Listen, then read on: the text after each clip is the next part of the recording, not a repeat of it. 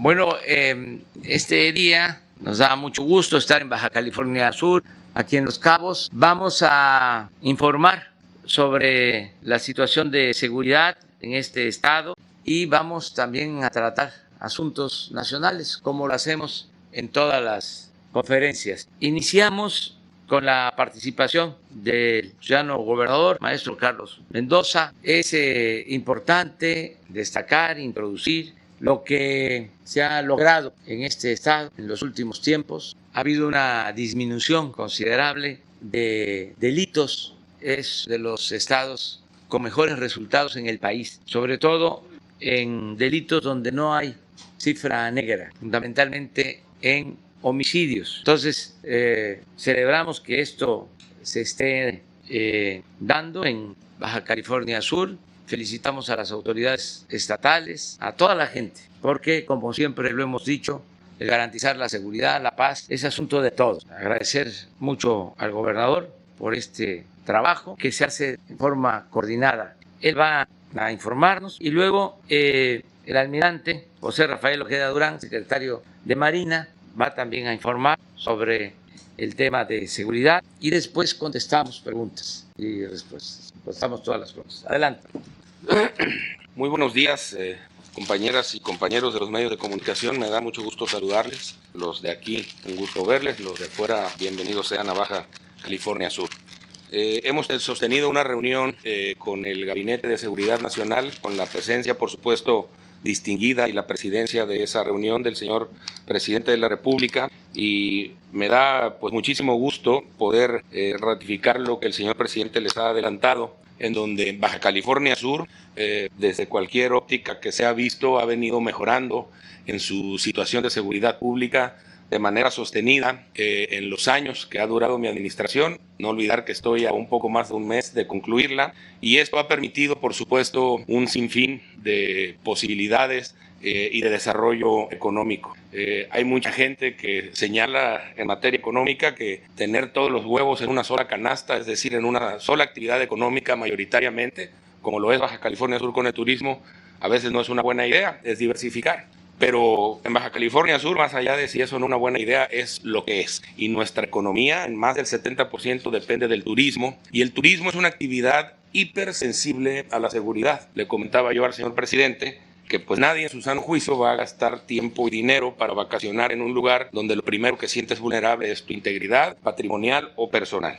Y en Baja California Sur, gracias por supuesto a la colaboración del gobierno federal y a la colaboración de los gobiernos municipales, de instancias civiles y militares, hemos logrado contener un tema que hay que señalarlo además, en los años 2014 a 2017, pues amenazaba de manera muy importante con salirse de control. Si me permiten la siguiente lámina, por favor. Esta es una manera de ejemplificar cómo estaba Baja California Sur en los años 2014 y 2015, solamente visto desde la perspectiva del delito de homicidio doloso violento, que, como señala bien el señor presidente, es un delito que no tiene cifra negra, es decir, todos los homicidios terminan siendo denunciados o capturados por las instancias de procuración de justicia. Ustedes saben que la cifra negra es todos aquellos delitos que son cometidos pero no se denuncian y la autoridad no llega a conocer de ellos. Y existe cifra negra prácticamente en todos los delitos, y en donde menos existe es en el de homicidio.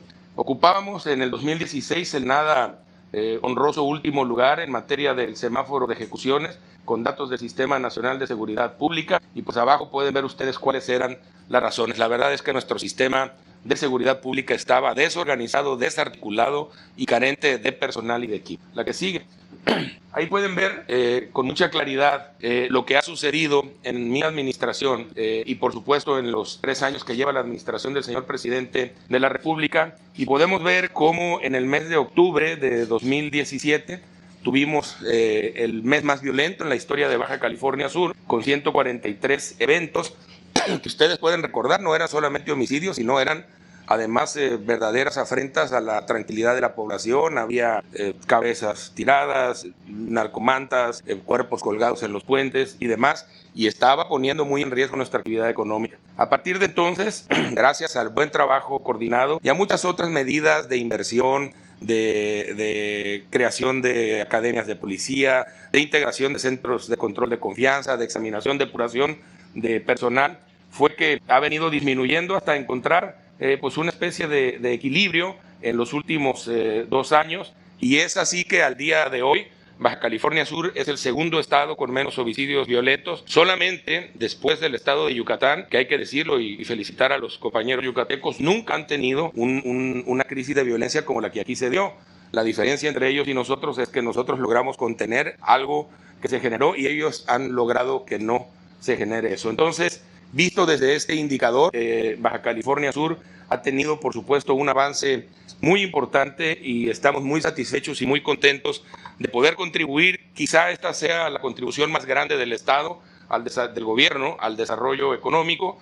La inversión en materia turística no la hace mayormente el gobierno, las hace la iniciativa privada, pero si no tuviéramos esto en la mesa, pues como dice el refrán, otro gallo nos cantara. Muchas gracias. Si me permite, señor presidente, y pues aludiendo al comentario de que dentro de poco más de un mes dejaré el gobierno del Estado, quisiera hacer tomarle unos minutos para expresar un mensaje personal. Como les decía, me voy en un poco más de un mes y seguramente será esta la última vez que me reúna con el señor presidente. Yo espero solamente en mi calidad de gobernador y que me siga distinguiendo, por supuesto, con su amistad. En mi gubernatura, señor presidente, tuve que enfrentar momentos muy complejos como estos que usted y la sociedad conocen. Enfrentamos una muy dura embestida del crimen organizado que se acaba de señalar, que afortunadamente trabajando juntos, y no dejo de agradecer al gobierno federal, no dejo de agradecer a las Fuerzas Armadas, a la Secretaría de Marina, a la Secretaría de la Defensa, por supuesto, su apoyo. Sin ese apoyo difícilmente pudiéramos haber dado estos resultados en este tema. Y también enfrentamos una crisis de salud generada por el COVID y una posterior crisis económica detonada, por supuesto, por el confinamiento. Gracias a este esfuerzo colectivo logramos evitar, afortunadamente, una crisis humanitaria. Lamentablemente, como es ya público, no logramos evitar el daño de la crisis económica generada por la crisis de salud. Los nuevos datos del Coneval, que comparan el 2020 con el 2018, revelan que, lamentablemente, como en el resto del país, en Baja California Sur hay más subcalifornianas y subcalifornianos viviendo hoy en pobreza, incluso algunos de ellos en pobreza extrema. Y si bien esos datos nos llenan de tristeza, también nos da orgullo y nos llena de optimismo el que Baja California Sur sea al día de hoy la entidad con la menor tasa de letalidad causada por COVID, que seamos, gracias a su gobierno, señor presidente, la segunda o tercera entidad con mayores niveles de vacunación y que con datos del IMSS también al cierre del mes de junio seamos una entidad, si bien es cierto, que de las más golpeadas económicamente por el COVID, por la actividad turística, sucedió en algunos estados. Aquí ya hemos recuperado el 85% del empleo formal que se perdió con motivo del COVID. Es decir, la pasamos difícil, pero las perspectivas son buenas. Vamos caminando en el sentido correcto. Vamos en la ruta de la recuperación y corresponderá ahora a las nuevas autoridades estatales, de la mano de las autoridades federales, por supuesto, terminar de superar este desafío. Y les digo con toda confianza de que estoy seguro que lo van a lograr. Y lo van a lograr no solo por el profesionalismo, la probidad y la sensibilidad que me consta tiene quien habrá de asumir, por supuesto, el gobierno en unos días más. Pero también porque sé que van a contar con su apoyo, señor presidente, y el del gobierno federal, que no tengo ninguna duda, además, lo van a necesitar. Señor presidente, deseo agradecerle públicamente todas las muestras de solidaridad, de apoyo y de cariño que ha tenido hacia Baja California Sur mientras me ha tocado compartir responsabilidades con usted. Siempre encontramos en usted la apertura y la sensibilidad para escucharnos y para atendernos. Además, recibimos soluciones de usted y también de su gobierno. Probamos así que la cooperación, la coordinación y el respeto rinden siempre buenos frutos. En el último trienio trabajamos juntos por el bien de nuestro Estado, señor presidente, y en la medida de mis modestas posibilidades, aportarle de aquí al bien de México. Fui presidente de CONAGO y siempre mantuvimos un diálogo respetuoso y republicano. Me tocó presidir la Organización de Gobernadores en el momento más álgido de la pandemia, en el confinamiento total. Y nos alejamos de la estridencia para aproximarnos al entendimiento y a la cooperación. La lección que subyace es que la política se hizo para acercar a quienes pueden pensar diferente, para escucharnos, pero también para aprender a conocer. Tuve el privilegio, señor presidente, de encontrar en usted a un hombre de bien, a un gobernante serio y a un mexicano comprometido con su país, con quien tengo, debo decirlo, grandes coincidencias. Y se las voy a señalar. Si bien por caminos diferentes Estoy convencido que ambos buscamos llegar al mismo objetivo, que es que la gente viva mejor. Somos demócratas, respetamos el proceso electoral y la voluntad de la gente, así como debe de ser. Compartimos además la visión de que la altura se mide cuando dos personas que piensan diferente pero buscan el mismo fin, encuentran sus coincidencias y basan su relación en el respeto, en la solidaridad, en la propuesta, en la coordinación y en la solidaridad. Le reitero, pues, mi gratitud, señor presidente, y mi reconocimiento. Le deseo mucho éxito en lo que le resta a su encargo, y se lo digo de corazón, que sea por el bien de México y, por supuesto, de Baja California. Muchas gracias a todos por su atención. Gracias a ustedes. Con su permiso, señor presidente. Señor gobernador, presidenta municipal, muchas gracias por su hospitalidad. Compañeros, medios de comunicación. Vamos a presentar el día de hoy la situación de seguridad pública en el estado de Baja California Sur. Baja California Sur es un estado que tiene 5 municipios, ocupa el 9º lugar nacional en cuanto a extensión territorial y tiene un aproximado de 798,000 habitantes, ocupando el 31º lugar a nivel nacional. En cuanto a los delitos de incidencia delictiva, los 10 delitos que siempre se han venido presentando, vamos a presentarles uno por uno. En lo que se refiere a extorsión, ocupa el 2º lugar. De junio de este año han existido 4 casos y, como lo podemos ver, es un delito que va con tendencia a la baja. En el año llevamos 38 casos. En lo que se refiere a robo a casa habitación, ocupa también un 2º lugar. En junio de este año hay 88 casos, 500 en lo que va del año. Y también, como lo podemos ver, la gráfica que nos marca ahí es un delito que está yendo a la baja. En lo que se refiere a violación, hay 27 casos. Pues sí, es un delito que está yendo a la alta, pero aquí lo que podemos recalcar es que de esos delitos que se están presentando, casi el 70% ya están judicializados. En lo que se refiere a violencia familiar, ocupa el 3er lugar a nivel nacional. En el junio del 21, 220 casos. Y sí es un delito que tiene cierta tendencia a la baja y pues no es que querramos justificarlo, pero a nivel nacional la pandemia de una u otra manera ha ayudado a que este delito pues tienda a la alta en muchos estados, ¿no?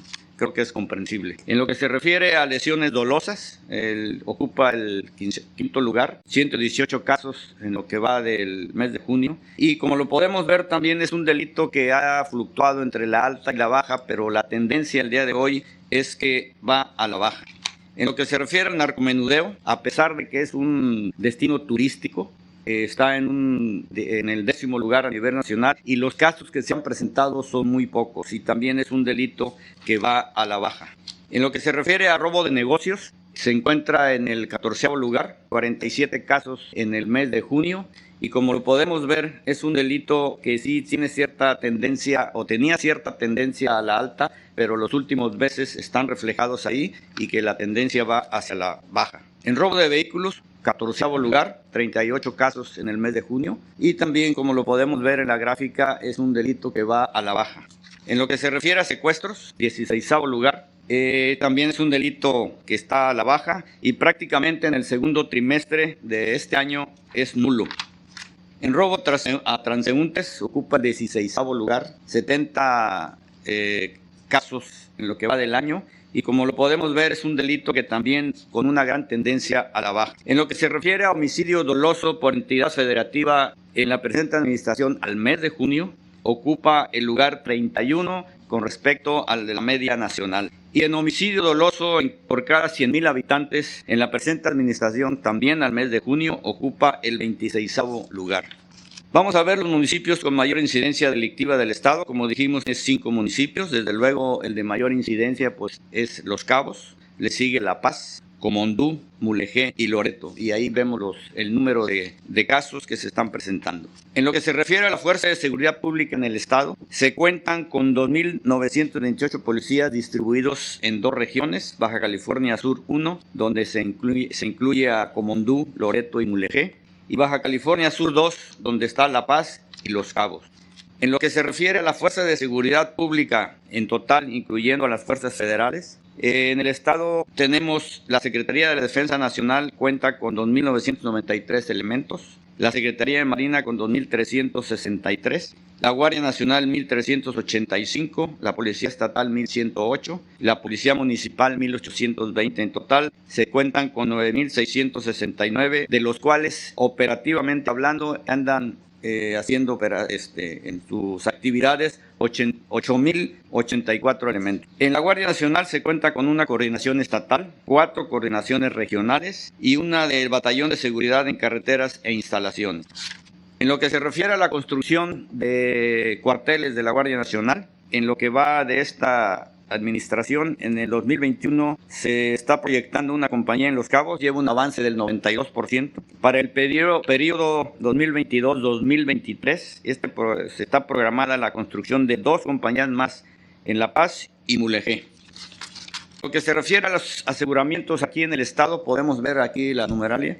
No empezar a describir a cada uno de ellos, pues yo creo que ustedes lo pueden ver aquí, para no que haya esa necesidad de estarles diciendo. Pero lo que podemos ver que hay cierta tendencia a la baja en muchos decomisos aquí en el estado, es lo cual, como lo comentaba el señor gobernador, este estado tiene digamos que la facilidad de que para entrar aquí o es por aire, o es por mar, o por tierra, y esos lugares están bien vigilados. En lo que se refiere al sistema penitenciario, aquí hay 4 centros, uno en Santa Rosalía, Ciudad Constitución, La Paz, y el otro aquí en San José de los Cabos, con 1.763 reclusos. Y aquí lo que podemos ver que no hay una sobrepoblación y la relación interno-custodio cumple con las recomendaciones de la Comisión Nacional de Derechos Humanos. Recursos federales que se han dado aquí para la seguridad pública. Baja California recibe recursos federales y estatales para fortalecer la seguridad.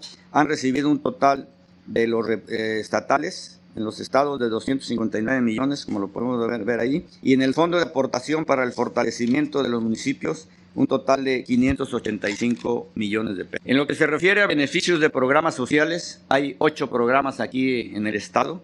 A través de la Secretaría de Bienestar, los recursos que suman son 1.398 millones y que se están beneficiando a más de 110,000 habitantes aquí en el estado. En cuanto al establecimiento de los bancos de bienestar, de un total de 9 sucursales programadas para entidad, 3 ya están concluidas, 3 están en proceso y 3 pendientes para iniciar su construcción.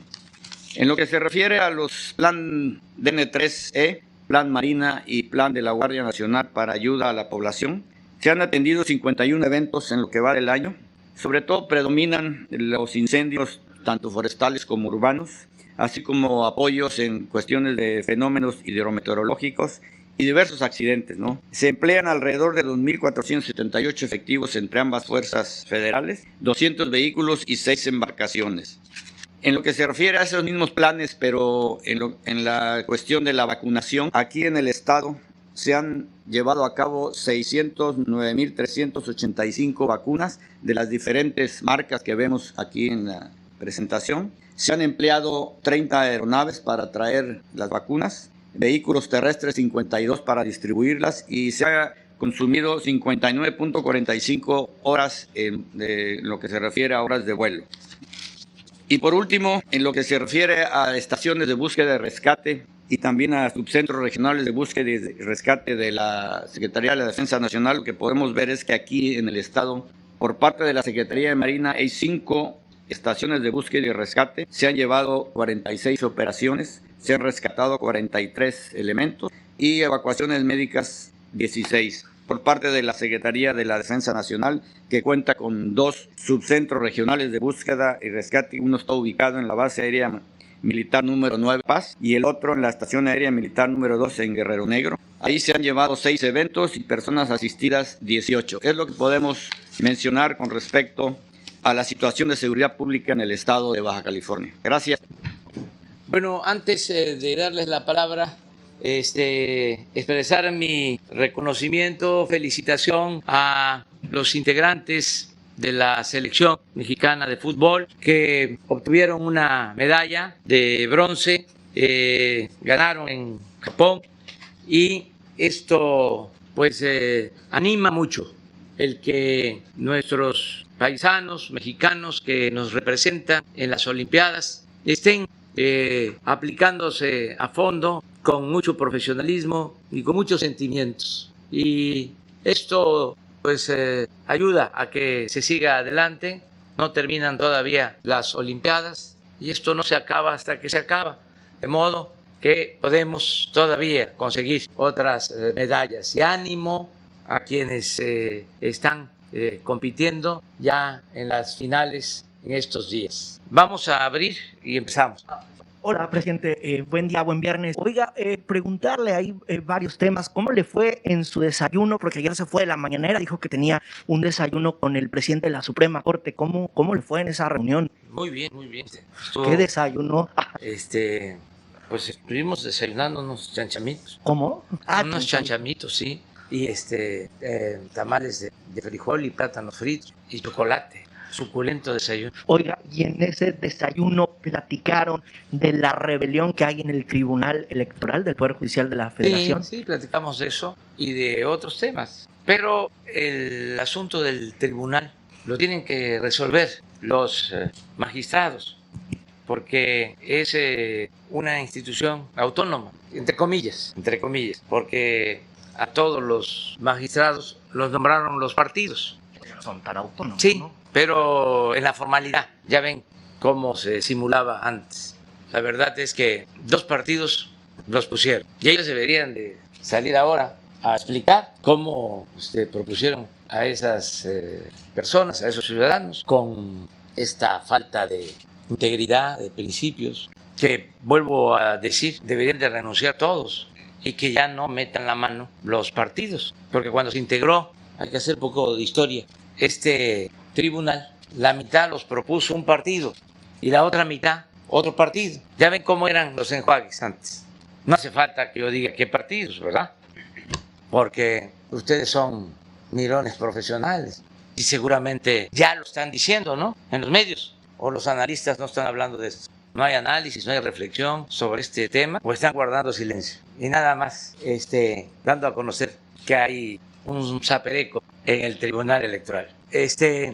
Ellos los nombraron y luego ellos mismos en el Congreso les ampliaron el periodo a todos. Esto que están ahora sosteniendo que es inconstitucional, la ampliación del periodo para el presidente de la Corte, pues ellos ya lo aplicaron precisamente con estos magistrados. En ese entonces, 4 de los ministros que hoy se oponen a la ampliación del periodo del actual presidente, votaron a favor de que se les ampliara el periodo a estos magistrados. Entonces, de eso hablamos, pero no nos podemos meter, porque ellos tienen autonomía y aunque ellos no tengan la arrogancia de sentirse libres, nosotros sí tenemos que respetar las autonomías de los poderes. Nosotros sí tenemos que ser cuidadosos y no tenemos por qué meternos. También como era antes, pues a todos estos magistrados, a los ministros, diputados, senadores, a todos los subordinaban. Todos eran, como decía Emilio Azcárraga, el grande ya finado, soldados del presidente. Ahora ya es distinto, ya son soldados de los partidos, de los dirigentes de grupos y al final también empleados de la oligarquía, de los que se sentían dueños de México. Si lo analizamos con profundidad. Presidente, entonces el presidente de la Corte no va a intervenir. No tiene por qué intervenir, no tiene facultades. Porque ayer teníamos la información de que inclusive algunos de estos magistrados rebeldes del tribunal habían ido a la Corte. Sí, de ahí la pregunta. Pero no tiene facultad. Ok. O sea, construyeron algo muy especial los partidos para que solo la partidocracia domine. No pueden legalmente intervenir del Poder Judicial, la Suprema Corte. Fíjense esas cosas. Entonces, ojalá y se arreglen y lo mejor, pues es que renuncien todos y que se limpie ese organismo, esa institución, que haya una reforma electoral. Y eso es lo mismo que requiere el INE, porque está igual. Y esto lo hemos dicho durante años. Recuerdo que estaba yo en una gira en Veracruz, Tantoyuca se llama el municipio, y estaban a punto de nombrarlos como 2 días antes. Y me subí a la azotea del hotel y me grabaron un mensajito. Ahí está en las redes. Y dije, les apuesto de que la mitad va a ser de un partido y la otra mitad va a ser de otro partido. O sea, me adelanté pues y no me equivoqué en ese entonces. Ahí pueden ver porque pues era todo muy cínico y ahora estamos viendo pues esta descomposición tremenda. Hay que buscar la forma de que se reformen estas instituciones, que no sean sometidas por nadie, que representen de manera auténtica a los ciudadanos, no a grupos de intereses creados.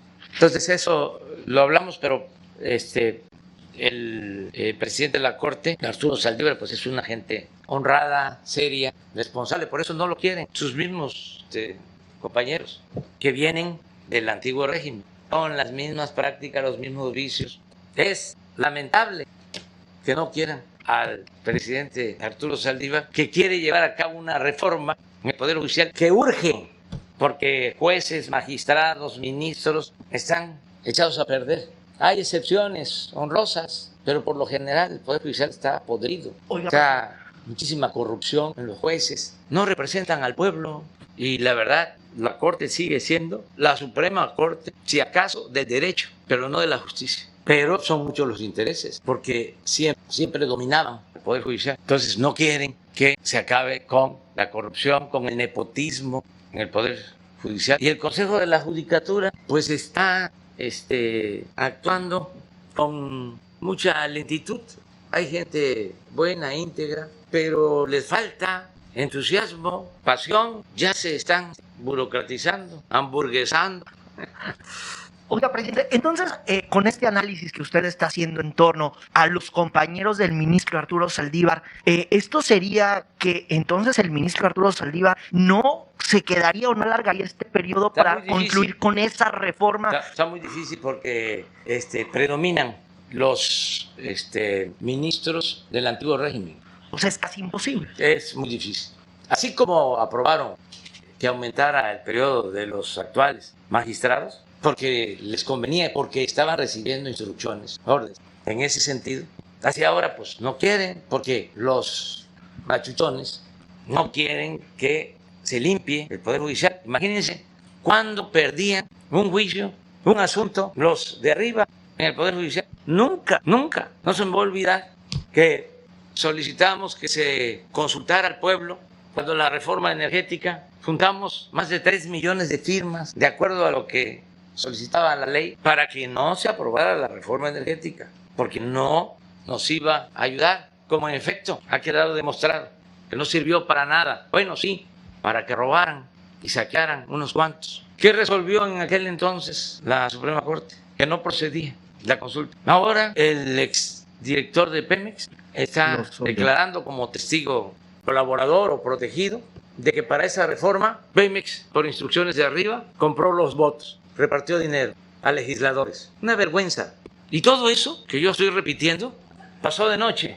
No se da a conocer en los medios de información, con honrosas excepciones. Y eso no pasa en ningún otro país del mundo. Entonces, pues hay que seguir luchando para que se limpien las instituciones y seguir denunciando sobre esta corrupción, la impunidad. Y es un asunto de todos. Y pueden ellos salirse con las suyas, como a veces lo hacen de manera cínica, pero ganan de manera pírrica. Son triunfos pírricos, pero cada vez se exhiben más, muestran el cobre y la gente va tomando conciencia, va tomando conciencia. Por eso no les va bien en los procesos electorales, porque ¿cómo van a pensar que la gente va a votar porque siga la corrupción? Yo ni debería de estar dando consejo, pero no se le niega a nadie. Presidente, ¿cómo vio? Una opinión.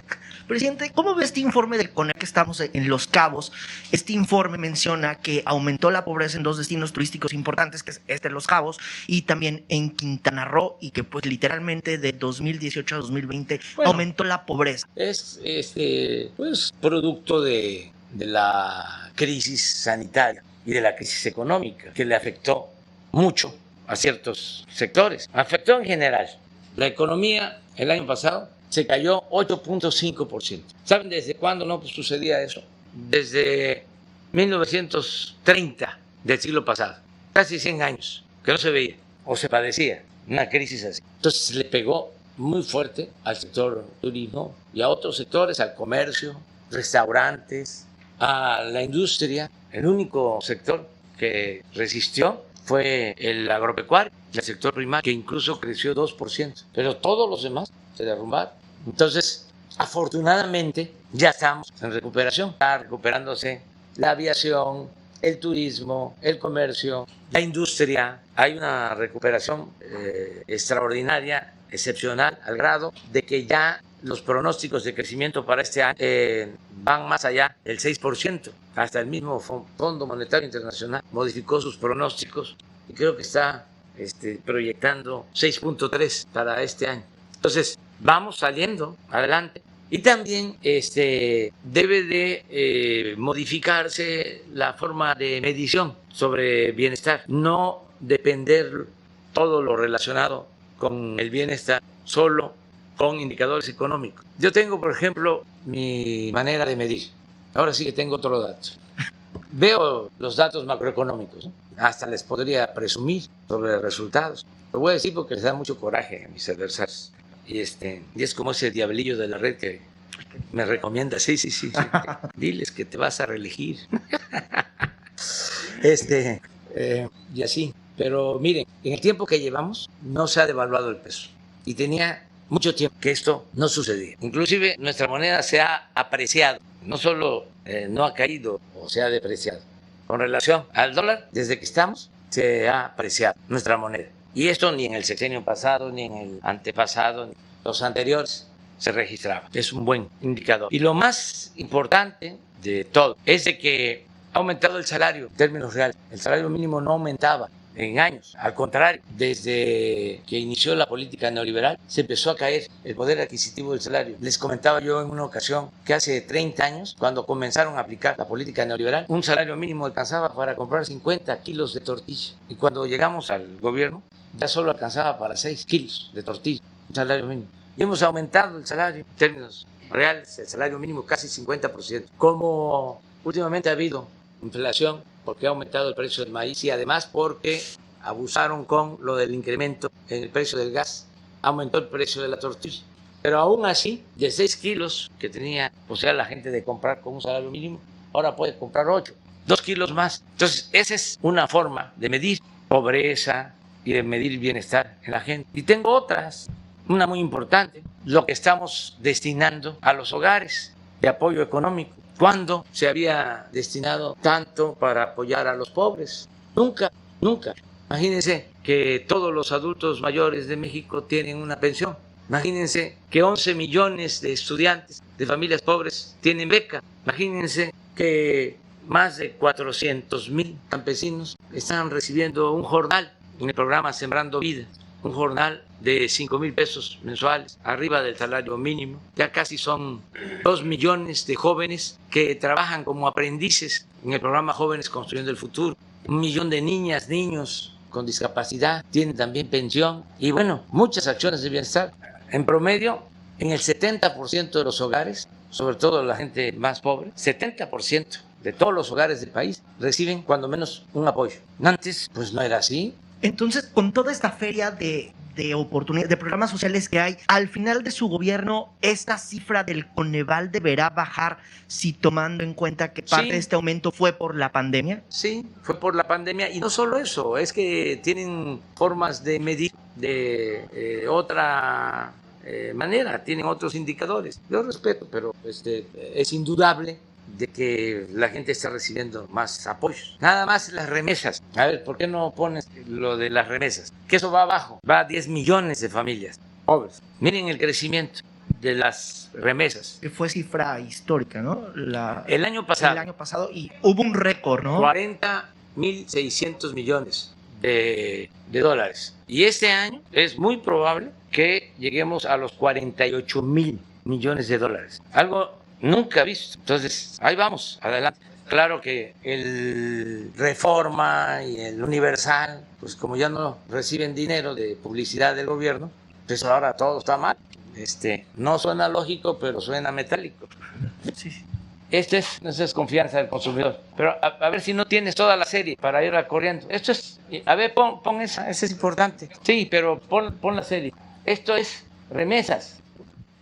19 y 21. Mire cómo va. Imagínense que en 20 estados está el programa Sembrando Vida y que cada mes se paga a más de 400,000 sembradores. ¿Saben qué me dicen abajo? Que antes sacrificaban una res cada semana, los domingos, porque no se acababa la carne, no se vendía. Y ahora en muchas regiones, 2, a mitad de semana y el domingo, porque la gente tiene su dinerito. Tuvimos pandemia, no hubo asaltos de comercios, se garantizó que la gente tuviera lo básico, no tuvimos crisis de consumo. Otros datos, por ejemplo, que los de Coneval pues, no toman en cuenta, porque a lo mejor ni conocen el país. Guerrero es el estado con más problemas de desnutrición. Ahí estamos entregando de manera gratuita los fertilizantes para que la gente siembre, porque también es el estado con más jornaleros agrícolas. Entonces se vienen acá al norte a trabajar 6 meses y 6 meses trabajan su tierra para sembrar maíz. Bueno, con ese programa se ha ampliado la producción, ha crecido la producción de maíz como nunca en Guerrero. Y eso que lo van a saber los tecnócratas que todavía hay, porque pues, ni modo que de la noche a la mañana se lleve a cabo una transformación. Siempre digo que es un proceso, lo viejo todavía no acaba de morir y lo nuevo no acaba de nacer. Entonces, ahí vamos poco a poco. Pero ahora, una compañera de aquí, ¿sí? Buenos días, señor presidente. Brenda Yáñez, de Diario El Independiente, medio local. Grupos empresariales de aquí de la localidad, específicamente Coparmex y Canaco, prevén la desaparición de las gaseras con la llegada de la gasera Bienestar. Esto al aludir que habrá una competencia desleal. No, al contrario, se van a ayudar los consumidores con el gas Bienestar para que no abusen los distribuidores, para que no tengan tanto margen de ganancia, de utilidad. Pero si me dice Coparmex, pues ya entiendo, porque Coparmex es como un sector de un partido. ¿Se acuerdan cómo habían sectores en los partidos? Hay todavía. Pues Coparmex es el sector de un partido. ¿Y la Canaco también? Aquí No sé, pero por ahí debe andar, en eso debe andar. Entonces, además, ellos tienen que defender a los empresarios, pero nosotros tenemos como obligación defender a todos. Entonces tenemos que defender a los consumidores. No es posible que mes con mes suba y suba y sube el gas y no haya ninguna justificación. ¿Cómo no sube de esa manera la gasolina o el diésel o la luz? Porque es nada más el gas. Saben que antes Pemex distribuía gas. Llegan los tecnócratas neoliberales y liberan completamente el mercado y ahora se crean nuevos monopolios. Hay 5 o 6 grandes empresas en el país que son pulpos. Entonces no se les va a requisar sus plantas, ni va a haber expropiaciones. Solo es pues fijar precios máximos, evitar abusos, porque el gas le afecta mucho a la gente cuando aumentan su precio o el aumento en el precio del gas. Y aquí es uno de los estados donde más caro se nos vende el gas. Y lo otro es que haya competencia, por eso es lo de gas Bienestar. ¿Cuándo estaría llegando aquí a Baja California Sur? Va a haber en todas las ciudades, pronto vamos a iniciar en la Ciudad de México. Yo considero que nada más tardar en un mes ya está distribuyéndose gas en la Ciudad de México y se va a hacer lo mismo en todos los estados, se van a poner centros de distribución.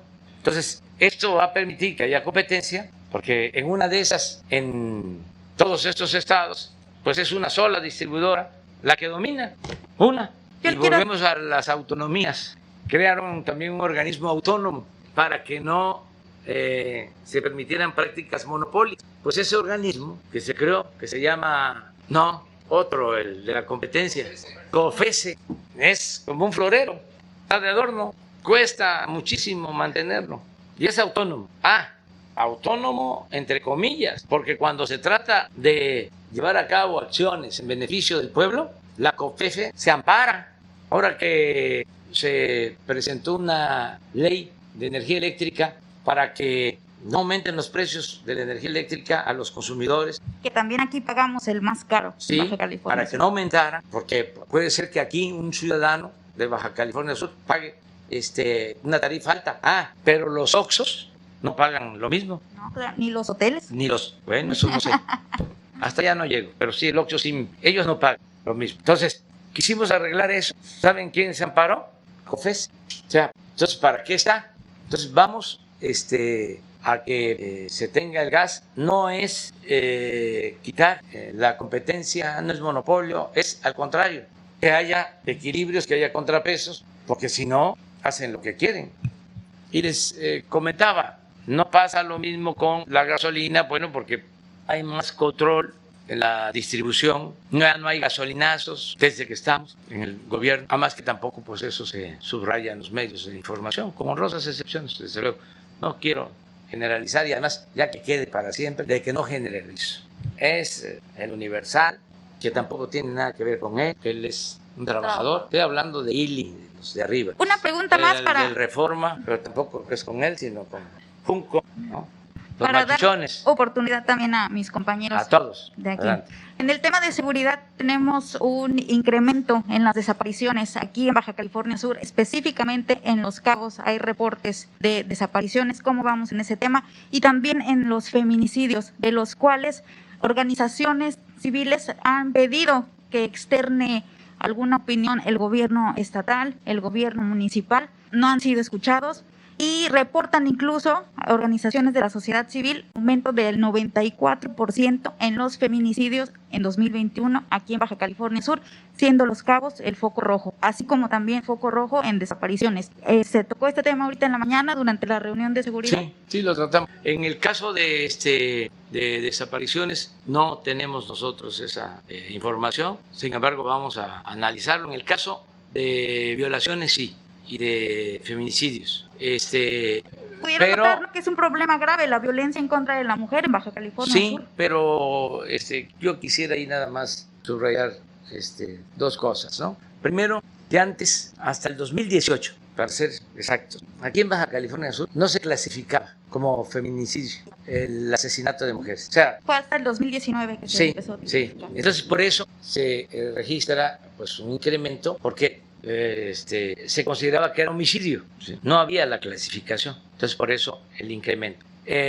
Lo segundo, quiero también dejar de manifiesto, es que estamos haciendo un trabajo para evitar el feminicidio y el gobierno del estado se ha aplicado a fondo.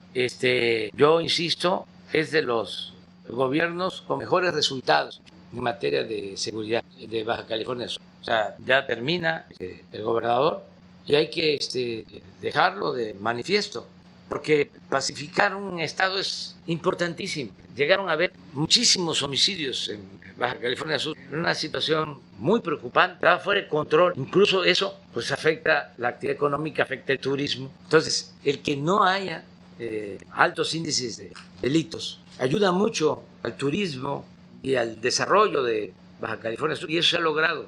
Pongo un ejemplo, lo opuesto, que quisiéramos resolver, no hemos podido. Guanajuato tiene buenos niveles de crecimiento económico, llega inversión extranjera, plantas automotrices se han venido instalando, pero hay muchos homicidios, hay mucha violencia. Entonces, eso va a terminar si no lo resolvemos, si estamos empeñados en enfrentar este asunto, este problema tan grave, pues va a terminar a afectar pues toda la economía. Entonces aquí, ahora que estuvimos y invitamos al maestro Víctor, que es gobernador electo, respetuosamente mi recomendación es de que se siga manteniendo la paz, la tranquilidad en Baja California Sur. ¿Confía en ello? Sí, porque es un hombre bueno y es un hombre honesto, y yo estoy seguro que va a haber continuidad con cambio en Baja California Sur. Y va a ser para bien de Baja California. De México, uno y uno. Gracias. Presidente, buenos días. Me gustaría tocar varios temas que plantearon aquí hace unos minutos. En primer lugar, estas cifras del Coneval. Reportaba este organismo que hay 3.8 millones más de pobres y 2 millones de personas más en pobreza extrema. También decía que la entrega de apoyos sociales, estas transferencias que se hicieron sobre todo durante la pandemia, no fueron suficientes para amortizar la caída económica. Me gustaría preguntarle, con base en estas cifras, si a su consideración la política de bienestar social de su gobierno ha cumplido. Sí, desde luego. Es lo mejor que se ha tenido en la historia del país, la política de bienestar que se está aplicando en este gobierno. Es el distintivo de la Cuarta Transformación.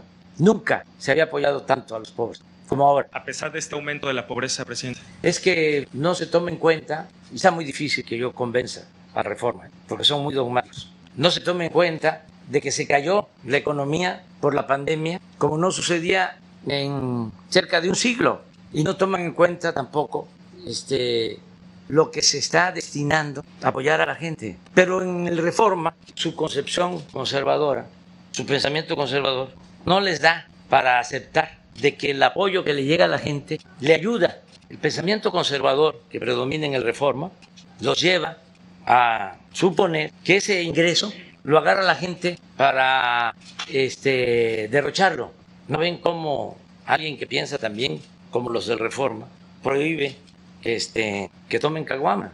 El pensamiento. La gente es muy responsable y los ingresos que les llegan a los adultos mayores los usan para su alimentación, pero en el pensamiento conservador no se acepta eso. Eso es derroche, eso es populismo, eso es paternalismo, eso es repartir dinero. En el pensamiento conservador que guía la política editorial del Reforma, lo que se le da a los de arriba le llaman fomento o rescate. Por ejemplo, el Reforma nunca cuestionó el FOBAPROA, cuando en una crisis como esta tomaron la decisión de convertir las deudas privadas en deuda pública, las deudas de los banqueros, que son los que se anuncian en el Reforma, o de las grandes corporaciones empresariales que se anuncian en el Reforma. Eso es fomento, eso es rescate, eso está permitido. La condonación de impuestos también, a los de arriba, de eso no habla el Reforma. Pero si se le da a los pobres, si se le da a los jóvenes, a los que ellos tacharon de ninis, de manera despectiva, sin entender las circunstancias de pobreza y de desintegración familiar y la necesidad de ayudar a los jóvenes, pues eso lo rechazan completamente. Entonces, para responderle al Reforma, decirle que nos da mucho gusto que se preocupe ahora por los pobres. Regresando precisamente al tema de la pobreza, presidente, ¿a usted y a su gobierno entonces sí le da para aceptar que hay casi 6 millones de personas más en pobreza y pobreza extrema? No acepto el resultado de esa encuesta.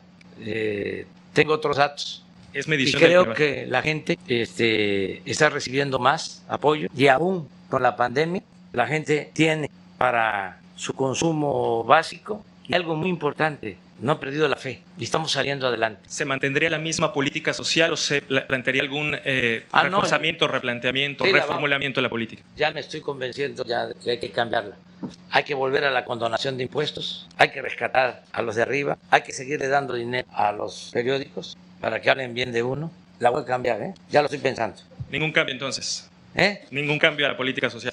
No, al contrario, por el bien de todos, primero los pobres. Presidente, y en un segundo tema, el día de ayer el subsecretario López-Gatell hacía un llamado a los gobernadores a acelerar esta reconversión hospitalaria ante el alza de hospitalizados por el COVID-19 y el alza de los contagios en esta tercera ola. Sin embargo, hay gobernadores que expresaron que no tienen recursos para atender esta reconversión y otros temas relacionados con este COVID-19. Estamos ayudando. El gobierno federal ayudará a los estados a este proceso. Estamos ayudando. Donde se requiere, aquí lo hicimos, aquí en Baja Sur, para reconvertir, porque ya después de que levantamos el sistema de salud y se fortalecieron hospitales para la atención de COVID, como habían bajado los contagios, se estaban dando ya servicios que se habían quedado pendientes, servicios de salud, pero de nuevo vinieron contagios y ahora tenemos que estar pensando en la reconversión. En algunos casos tenemos la garantía, que no teníamos antes, de que ahora por la vacuna son menos los hospitalizados, pueden crecer los contagios, pero son menos los que requieren de hospitalización. Y lo más importante de todo, lo que más tranquilidad nos da, son menos los fallecidos. Entonces yo voy a seguir llamando a todos a que nos vacunemos. Aún la gente mayor que tenía dudas, que estaba escéptica, porque pensaban algunos que iba a afectar la vacuna, que iba a provocar reacciones negativas, pues ya se ha probado que no es así. Son muy pocos los casos donde una reacción lleva a que una persona pierda la vida. No hay, o sea, son muy poquitos casos en el mundo. O sea, todo esto es importante para quitar mitos, que al final de cuentas los hechos hablan. Entonces, no afecta, protege Yo pongo mi caso como ejemplo. Se contagió Jesús Ernesto, porque ahora los contagios es más para los jóvenes. Y hubo de una u otra manera convivencia, porque no les pega fuerte, y pasaron unos días hasta que se hizo la prueba. Y no nos afectó a nosotros, ni a la mamá ni al papá, porque estamos vacunados. Ayuda mucho la vacuna. Entonces, aquí en Baja California Sur hemos avanzado considerablemente en la vacunación. Bueno, en el país ya estamos en el 55% y sigue en pie el compromiso de que para octubre vamos a estar al 100%, todos los mayores de 18 años. Aquí en Baja Sur, 82% de vacunación, entonces, de la población. Entonces, ya vamos a terminar y esto ayuda mucho. De todas formas, vamos a estar pendientes para que se tengan las camas suficientes, ventiladores, médicos, especialistas, y ayudamos a los estados. Presidente, ¿existe preocupación por esta posible saturación de los hospitales en algunas entidades? Si bien a nivel nacional está entre el 40 y el 50% en algunos estados, se decía el día de ayer que ya está llegando a su tope, a su máximo de capacidad. Son muy pocos, casi no. ¿Por qué no pones la gráfica, aunque la que tenemos es nacional, puede ser que se tenga por estado, sobre ocupación hospitalaria? Es interesante esto. Nada igual a lo que padecimos, pues. Es que estábamos todavía 51% de ocupación de ese nivel. Y además, aun cuando están creciendo las hospitalizaciones, hay menos fallecimientos. Y además ya hay tendencias en esto por estado a la baja. Y donde haga falta, ahí vamos a estar. Miren, en eso, cuando estábamos aquí, fue en enero, febrero de este año, llegamos a una ocupación en la Ciudad de México del 95%. Ahí sí, la verdad, sufrimos. Que parece que Colima también está en una situación similar en este momento. No, a esos niveles no. A ver si pones Colima. Hay contagio, pero es menos la hospitalización. ¿No la tienes? Pero vamos a estar nosotros pendientes, decirles a todos los gobernadores, lo estamos haciendo. Acaba de estar el director del Seguro Social en Sinaloa y en los estados donde ha habido más incremento, que tienen que ver también con el turismo. Es Baja California Sur, es Quintana Roo. En los dos estados ha habido una disminución y se ha avanzado. Se tomó la decisión de darles preferencia en la vacunación. Nayarit, Sinaloa y en particular Mazatlán, Vallarta, Acapulco, y más con jóvenes, pero ya estamos en eso.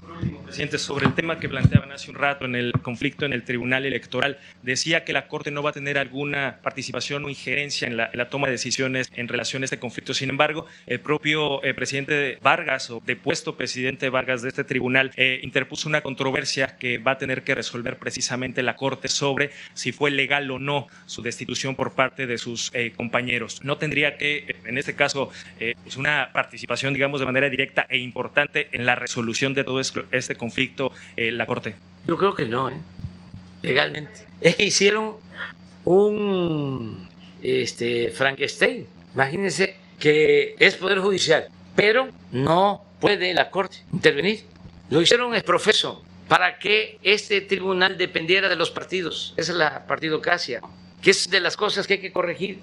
Pero vamos a ver qué sucede. ¿Para el gobierno federal el magistrado Vargas sigue siendo el presidente del Tribunal Electoral? No nos metemos en eso, no nos metemos. O sea, porque no nos corresponde. Ahora, como representante del Estado mexicano, lo que yo sí deseo es que haya democracia y que se le garantice al pueblo el derecho a elegir libremente sus derechos políticos y que todos los servidores públicos sean eso, en efecto.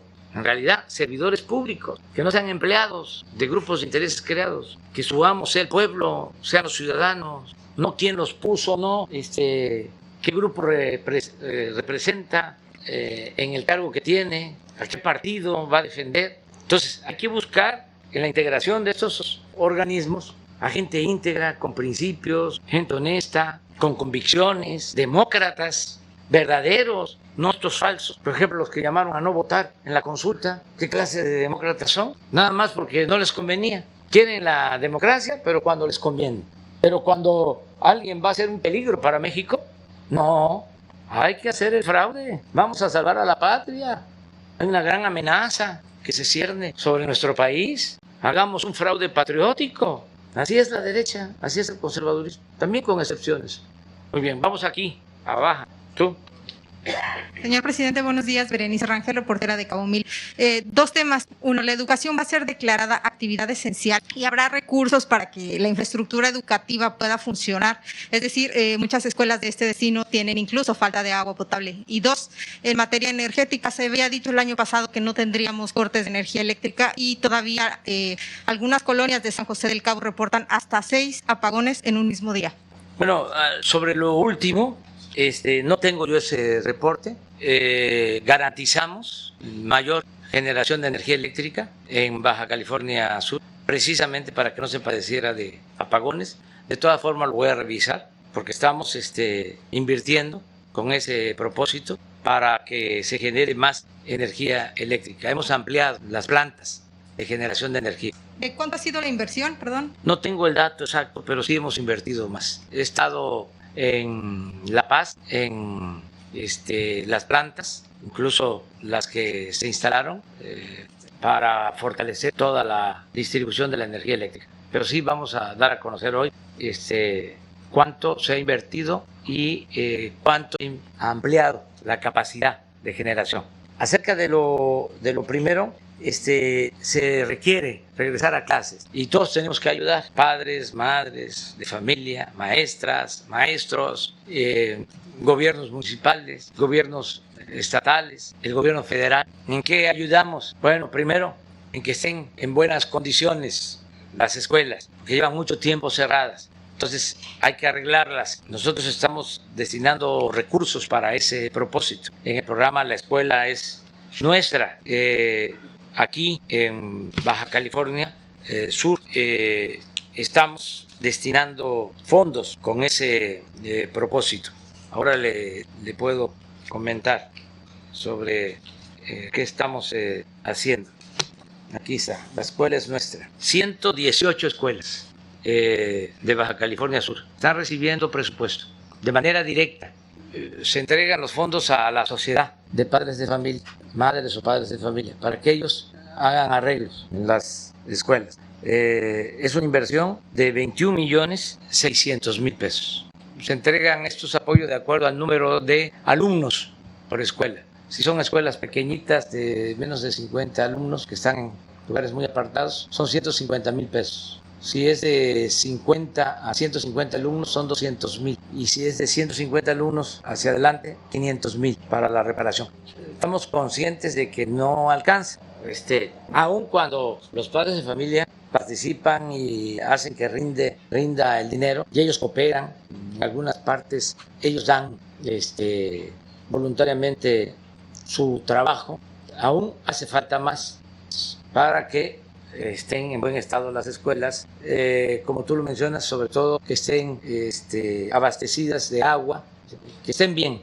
Es una tarea que tenemos que cumplir en estos días para regresar a finales del mes, porque ya no podemos seguir con las escuelas cerradas. Ya es mucho tiempo y afecta a los niños, a los adolescentes, a todos. La escuela es el segundo hogar. ¿Y será declarada actividad esencial? Sí, desde luego. Súper esencial. Es básica, es fundamental. La verdad, ya no podemos tener a los niños encerrados o dependiendo por entero, por completo, del Nintendo.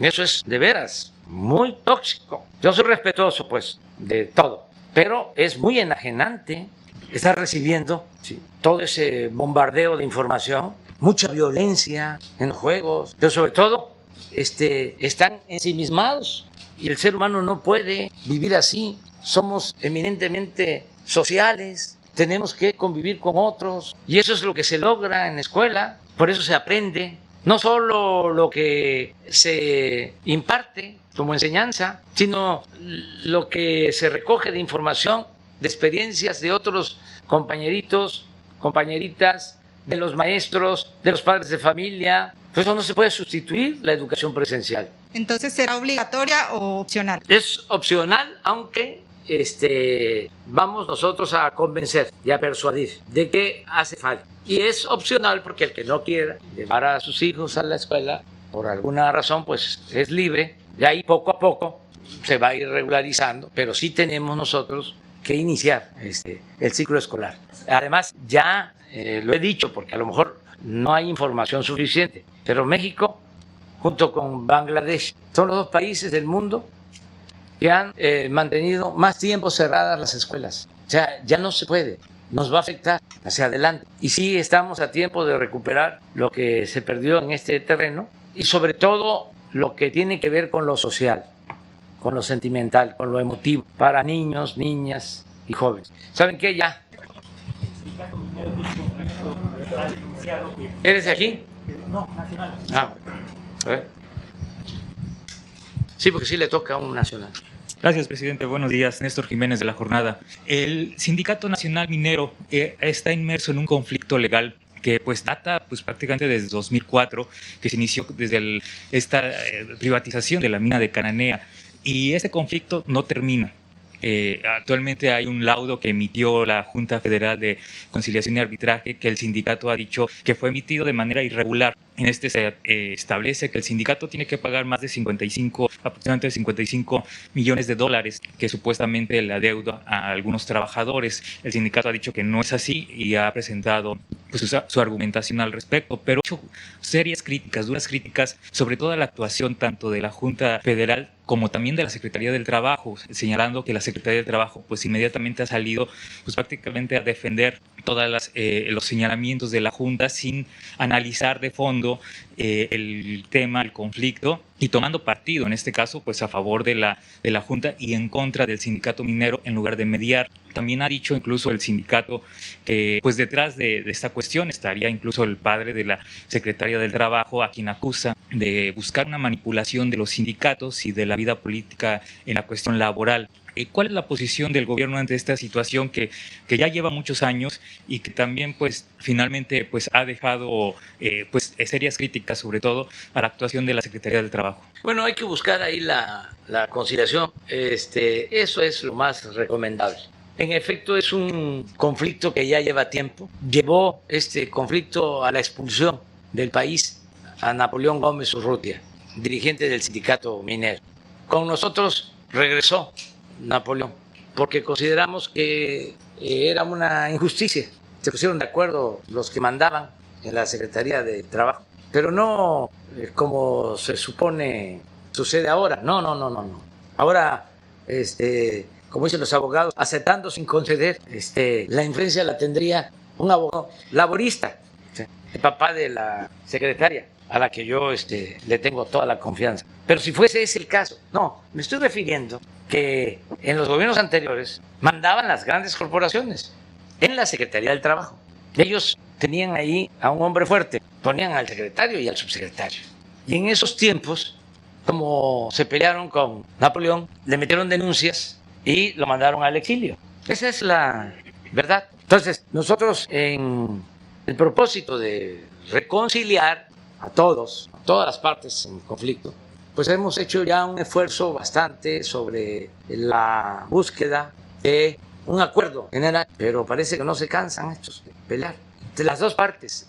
Entonces, de todas maneras, vamos a seguir insistiendo para que haya un acuerdo, porque existe esa denuncia y existen otras, o sea, se denuncian entre ellos. Entonces, vamos a buscar la forma de que se resuelva el problema y, sobre todo, eso es lo que más me importa, y en eso sí estoy pendiente, es que no se afecte a los trabajadores.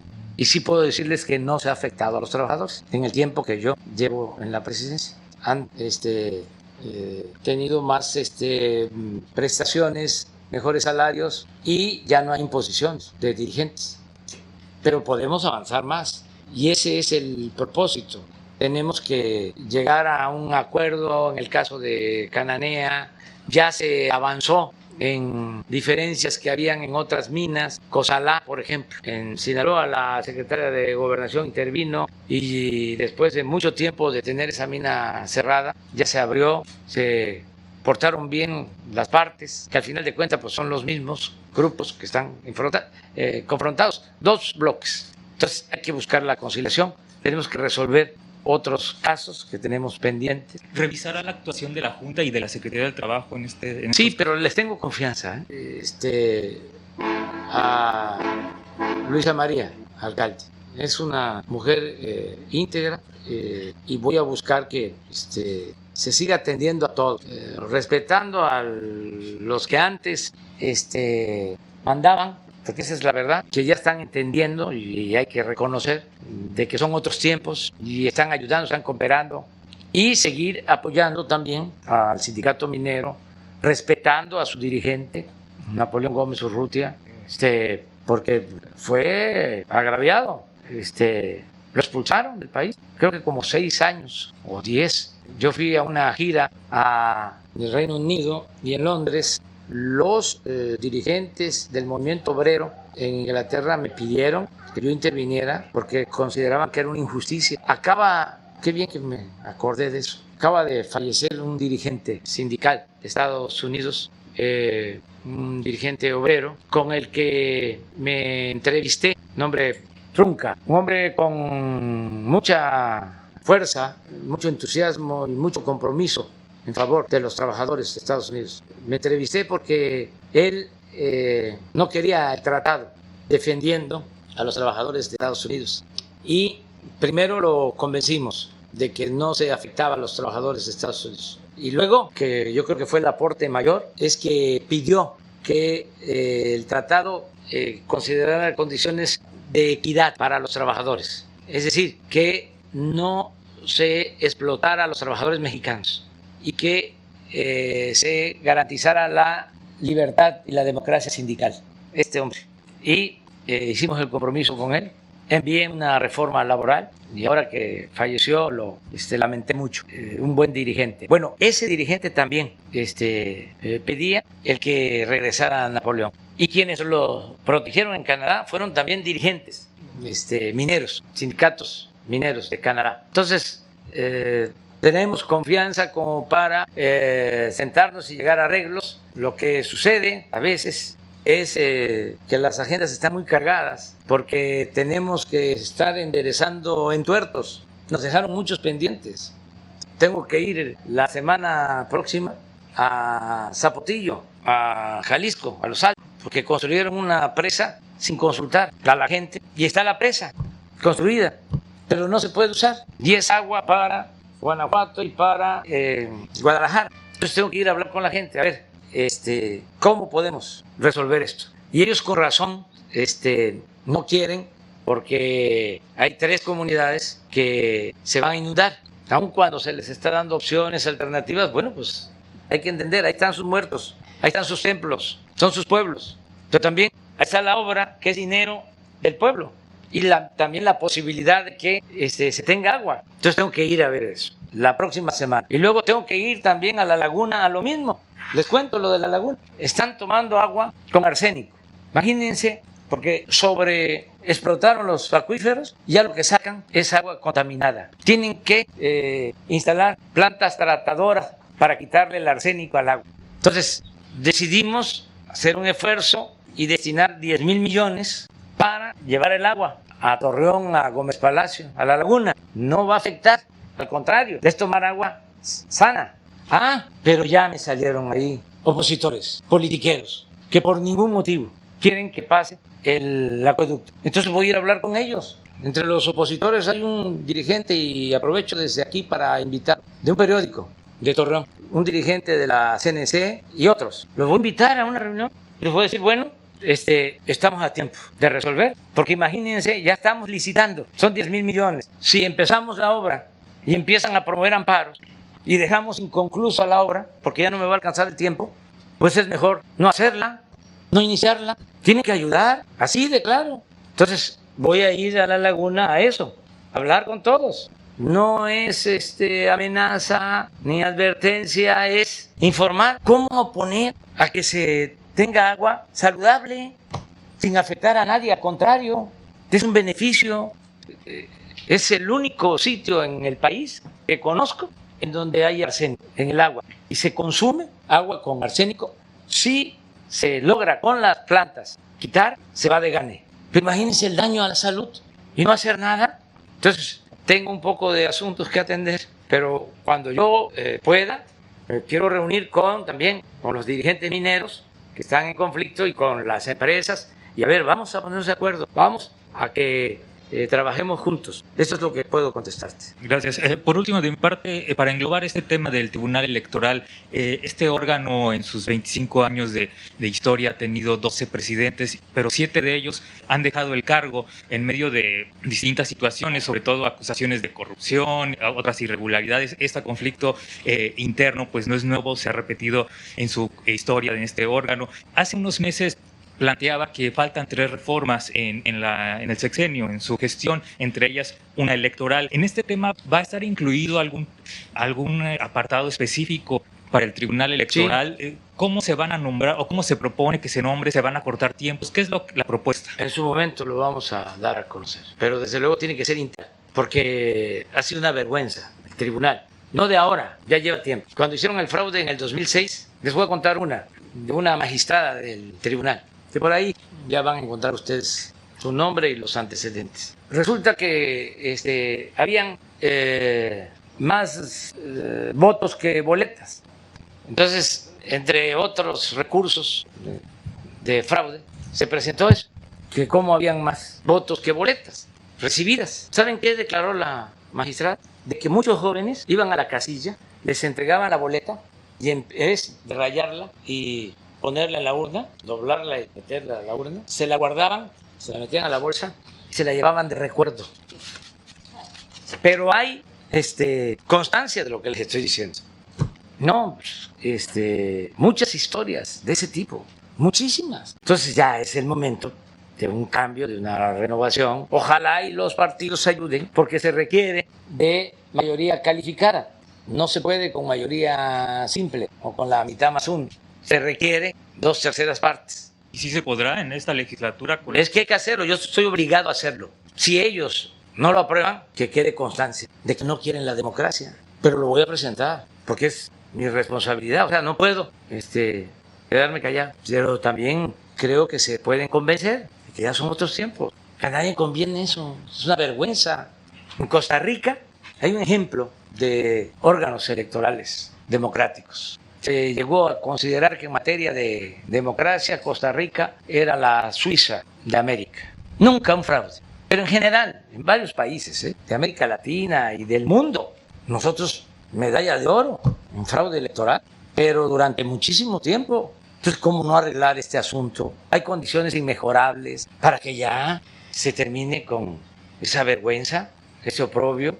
Se puede, hay gente honesta, limpia, verdaderos demócratas, verdaderos jueces, pero escogen a los más abyectos. ¿Saben qué hay en la administración pública? Cuando se va a elegir a alguien para un cargo, si es a un abogado, casi en todos los casos el principal requisito, si es para abogado, un cargo en donde se requiere un abogado, 10 años de experiencia. Imagínense un abogado con 10 años de experiencia. Ahora no, pero en un tiempo en que predominó la corrupción, ¿cómo van a poner ese requisito? Es mejor que no pongan esa antigüedad, porque si sale un joven de la Facultad de Derecho, trae todavía la ilusión de que va a hacer justicia, y en 10 años en un régimen corrupto, no, ya es un gángster. Son de las cosas que hay que cambiar, pero así venía ese régimen de corrupción, de injusticias, de privilegio, muchísimas cosas. Por eso hablamos de una transformación. Entonces sí va la ley, o sí va la iniciativa de ley, y vamos a buscar la forma de que se haga realidad la democracia. Bueno, muchas gracias. Gracias.